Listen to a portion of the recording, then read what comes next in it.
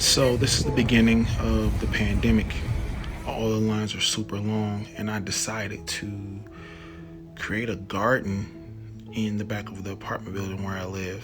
I got permission, went and bought dirt, supplies, and I designed a elevated pallet so that I don't have to bend over. I got bad knees from a car accident in 2010, and I wanted something I could stand up and garden. These are the girls. They've never really gardened before, so I was showing them how to mix the mulch and the dirt together so that we had nice aerated dirt. And I went to Menards, bought whatever they had. I didn't want to start from seed per se. I wanted to get going pretty fast, but I did buy seeds because I didn't know what was going to happen, and everybody was buying seeds everywhere. So here's everything in these laundry buckets. I got the idea from a lead farmer in the lead farmer groups, and right now I just wanted to get the plants out of those buckets and into those little black things and into some dirt and not space them later. This is all our lettuce and kale over here, and that was their first little experiment with the grow bags. It's me here drilling some holes. And the grow bag back in there.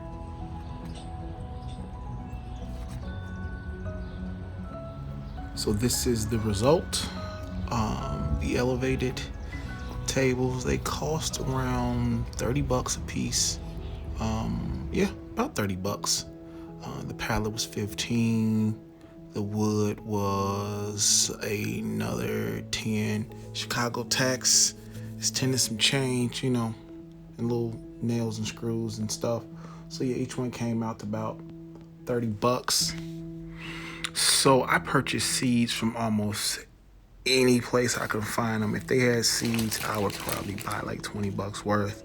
So this is a mixture of Home Depot, the Southern Exposure Seed Exchange, I believe that's the name, online, and just every Walmart I can find in the hood.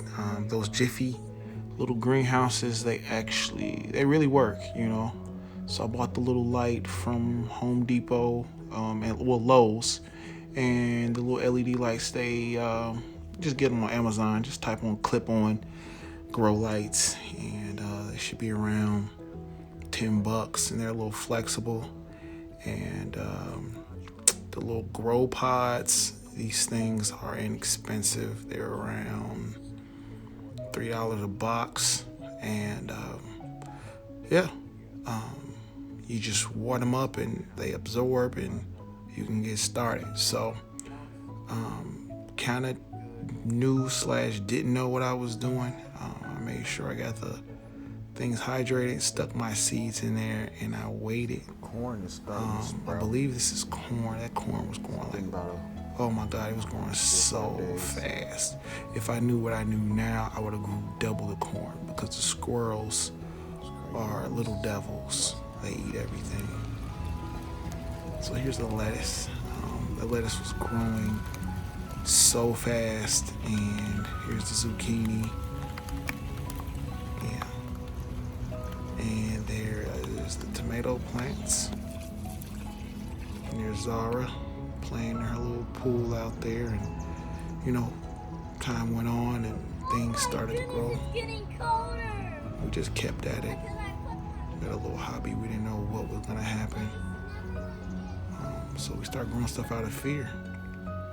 Cabbage and more bags of mulch. The more mulch you put in, the more it protects the plants from the squirrels. The squirrels will hop in there and they will just dig everything out. The cats will too. The cats will actually get in there and urinate. You don't want that. So finally got our seeds. We got burgundy okra, cucumber. I planted some other cucumbers, but that did not grow. So I got it from this company. More cucumber, We got, I don't even know how to pronounce that, squash. We got too much squash going outside right now. Sweet corn. This is, I believe this is this might be the red corn. I'm not sure, but I bought a whole bunch of different brands of corn. I bought a lot of corn. Here we go. This is what I was looking for. This is what I've been waiting on. This blue corn. More corn. Jesus Christ. I don't know buying this much corn. Burgundy okra. Burgundio. I think I said that wrong. Jewel okra. Cajun jewel. More sweet. What's this flat Dutch saying? What is this? Early flat Dutch. Cabbage. Need to go. More cabbage. More of that special corn. So we're not gonna, we got enough sweet corn outside right now. We don't have this out there. Then our ladybugs. So as you can see, I don't know if you can see them in there. But yeah, these are 1,500 ladybugs in there crawling around. We got our blueprints for the underground greenhouse. I got this from greenhouseinthesnow.com, and this came in the mail today. The blueprints came with in a flash drive, and so everything you need to know about greenhouses and growing year round. There it is. So there's Tashina, super pregnant, picking lettuce for a salad we're gonna make tonight. And there's Zara, super excited about these wild kittens living in my dad's old car. I wanted to get it fixed, but it's rusted out, so I'll sell it for parts.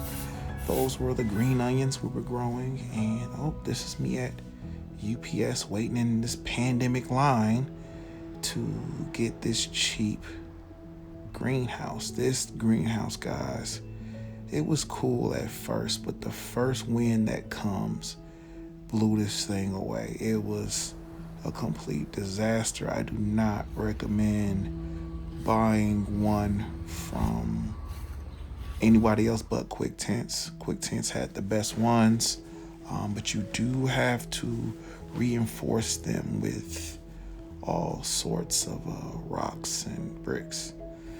So now we have everything inside the greenhouse. I had to get the greenhouse quick because the squirrels and the cats were just tearing everything up. The cats will get in anyway, but the squirrels, they don't really like the greenhouse all that much. Yeah, I did learn though that if you're gonna grow squash, and they don't like to grow in those bags, they will bust out. And oh, here's this little solar kit I just got. I was experimenting with. Yeah, those are the parts for that. But yeah, just like I was saying, the squash, you have to fill up the laundry basket with dirt all the way to the top, then grow the squash, and they'll be fine. Do not grow them deep down inside because the squash like to hang over, and you definitely don't want them in there. They will rot and die. So there was an excessive bug problem. All that mulch in the greenhouse smells like manure, and it attracted flies, and these fly traps are the bomb. You open these things up, and in one day you'll have like 1,000 flies in there. Learned that the hard way. And here's Zara explaining the greenhouse. And this is our 100-watt solar panels. The wires, and they run directly into the greenhouse. Don't worry, it's only 12 volts, and it's connected to the fan. This is our solar-powered greenhouse. Well, it's July, and I gotta find a solution for my tomatoes. These tables are now officially too high. I should have did something a while ago, but these tomatoes are taking over the greenhouse. I am currently, the peppers, they're perfect for the greenhouse. Those are all the peppers there. These are some collards, kales. I'm about to pick a couple mustards over there. But yeah, this cheap Chinese joint, it completely collapsed. Make sure you don't get the one with the little steel. Get the one with the wide steel. Yeah, because I'm gonna have to redesign everything. These caterpillars are tearing up my greens, but they're not really messing with nothing else, which is pretty cool. Also, if you get yourself a greenhouse, get you one of these fly catchers. They are a must. So yeah, tomatoes are coming in, but I gotta take all these tomatoes and put them in these plastic things, and I gotta take probably 2 of these tables out of here and put these tomatoes in these trellises, and then they'll be all right. Trying to pick some of these greens before they completely die. We got some bell peppers coming in the greenhouse. I believe these are banana peppers right here. Just one pepper. That's a shame. Some jalapenos, collards, more banana peppers, more bell peppers. I got to transplant these tomatoes to bigger pots with these potatoes. I'm sorry, tomatoes are coming in. More peppers, banana peppers. I believe this is a bell pepper plant. Yep. More banana peppers. I should have did a better job of pruning this tomato plant. But yeah, once I get these out of here and into pots, it looks like I'm gonna need 1, 2, 3, 4, 5 pots to transplant these bad boys out of here. This is today's harvest. It's mustards, collards, and kale, and one other type of green I don't know the name of. And here are pretty much all the peppers that were in the greenhouse. So we're going to pickle these so we can put them on sandwiches. We gotta get some celery too though. But yeah, this is today's harvest out the greenhouse. More kiddie pool corn in shopping bags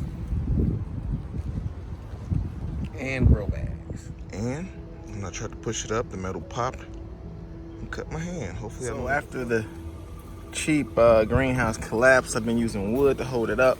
I'm probably gonna build a different structure. Collapse my fan. It's still blowing though. Yeah.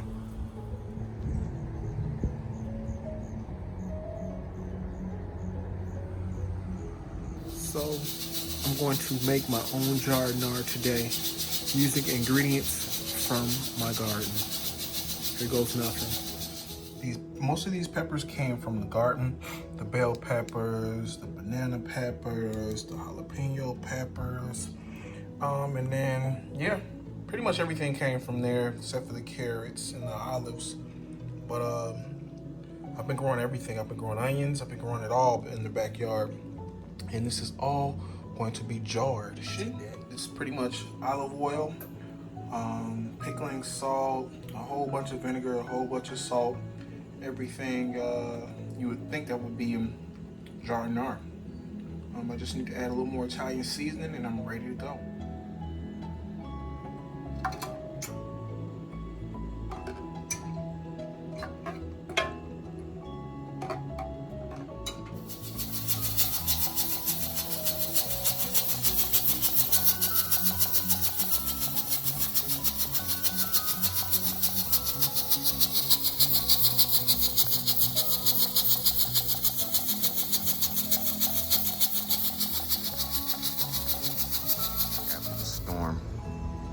Tore up all my tomatoes and pepper plants. This thing lifted off the ground. I should have been reinforced it after it already tore up and broke down.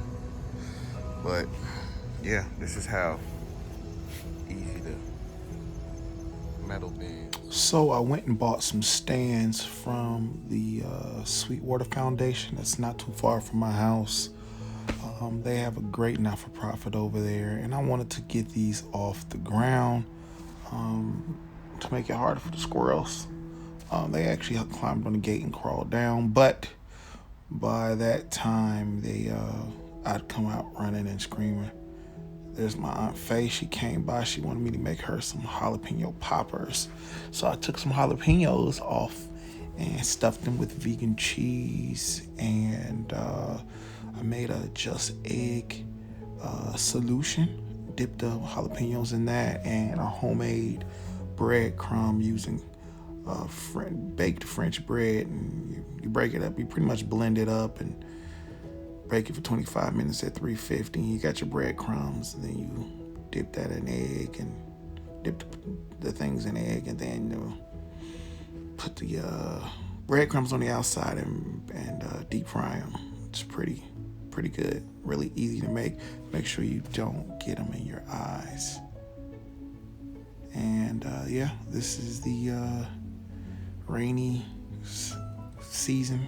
It was raining like every day for like a week. But the tomatoes, absolutely love them. If I knew what I knew then, I definitely would have started growing the tomatoes in the house in like February, you know. Here's the kale. The lettuce is long gone, so I wanted to grow some kale just to have something. Like I said, it was a pandemic. We didn't know what the hell was going to happen.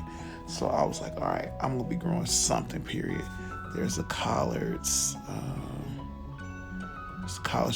Those are mustard greens. They were struggling. One thing I did notice about these cement pans, the kale only grows so tall in them. The bigger the root system, the bigger the kale. But that's cool. I had a lot of kale. Anytime I needed kale, I had plenty. You know, I always left at least six leaves. And yeah, those are my bell peppers. And the animals, they came back. So these are my tomatoes. Like, you know what? Let me go ahead and order another greenhouse. One of the things I learned is you got to get out into this garden real early in the morning and grab whatever tomatoes that have turned red, because the squirrels will get them. So I'm learning about how to keep the squirrels away. I got all type of traps for relocation. Pepper, cayenne pepper, all of that stuff. They love these tomatoes. One of the cool things I'm learning about tomatoes is wherever you see a flower, there's going to be a tomato. Or if you see a flower, it's going to be a pepper. You know, all of these flowers you see here are going to be tomatoes. That's awesome. You know, I always thought the flowers grew and then the tomato grew wherever they wanted to grow. No, they grow where the flowers grow. This particular plant, I kept pruning. If I saw a flower, I would cut it off. And this thing just kept growing and kept growing. And then it got to the point where it outgrew the trellis. So I said, okay, winter's almost here. It's time for tomatoes. So I let it grow. And as you can see, this thing's gonna have over 50 or 60 tomatoes if we can keep these squirrels off of them.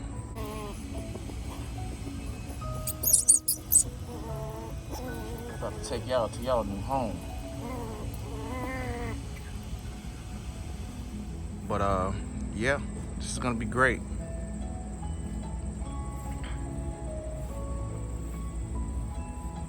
These harvest green tomatoes, they're about to be fried up. We got some banana peppers. I'm gonna fry those up with these hash browns for breakfast. Then I got some kale and collards that I'm about to cook up. And a little bell pepper. So I think I'm gonna cook a little bit of pepper with the hash browns and bell pepper. Just a little bit. Then the rest I'll just probably throw in these greens. But all in all, everything you see here other than the hash browns came from the garden. Everything is completely out the garden. Well, not the potatoes, but the peppers, the onions, the little red tomatoes that's in the hash brown. I use like some fajita seasoning with this. And this is lemon pepper cornmeal flour mix. And yes, came out great. All right, y'all, here is the second greenhouse. I know it's late and it's dark, but they look a little bit sturdier than the other ones. So before these mosquitoes start to bite, I'm gonna let his profile out and call it a night. I just might light up the damn smoke thing over there. But yeah. The quick tent replacement for the other cheap one that I got. This looks a little more sturdy. The metal seems just as thin and flimsy, but it's more of it and it's a rounder gauge. This one has a strut down the middle. The last one I had no strut in the middle, and the water puddled and made it cave in. Also, yeah, so this has way more side struts. This is double the support. It came with actual tent spikes that I could put into the ground. So now I can put all my tomatoes back in and hopefully the squirrel. All right, guys, this is round 2. The first greenhouse was a disaster. I bought a cheap one. Well, it wasn't that cheap. It was 230 bucks. But I bought the wrong one. I think I bought the knockoff of this right here. And once you get, ain't nothing like the real thing. This is a quick tent. On the side, I got my cement mixers. I got my greens, my marigolds, my collards, my cabbage, more kale, and all my peppers and tomatoes and stuff are inside this greenhouse. It's fall. I'm hoping all of my kale and my greens and tomatoes can go at least into the tail end of October. That would be cool. I moved half of my containers out and brought them out so I can bring the tomatoes in now that they've reached the top of the trellises. And let's go check that out now.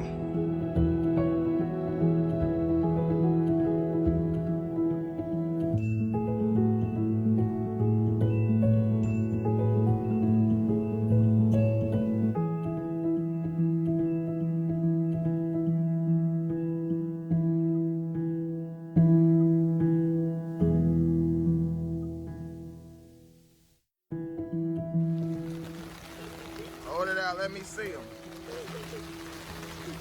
I can get my tomatoes to you growing to December, I'll be extremely happy. Bought a bunch of bricks to put around the perimeter, but once again, this is a learning experience. So on October 31st, we had the baby at home. We wanted to minimize risk as much as possible, and that's what we did. We also had my other daughter there. She was very excited to see her little sister being born. That's us holding the baby fresh out the water. I even got to cut the umbilical cord. That was pretty cool. And we were pooped after that. I was tired, and the baby was tired. Mom was tired. And Zara, she spent most of the time in the room, but she was tired too. So we all took a little nap, and yeah. In the garden, it made it to the middle of November, and as you guys can see, we made a lot of pepper, onion, kale, tomato dishes. And I absolutely recommend getting a quick tent. It keeps the animals out. You will have to ventilate it, but all in all, this food, it lasted all the way into the middle of November until we had an extreme frost. So it was absolutely worth the experience. Make sure you guys find you some grow bags. Make sure you grow in cement mixers to keep the water under the grow bags, and make sure Miracle grow with some mulch, and that's it. See you guys next year.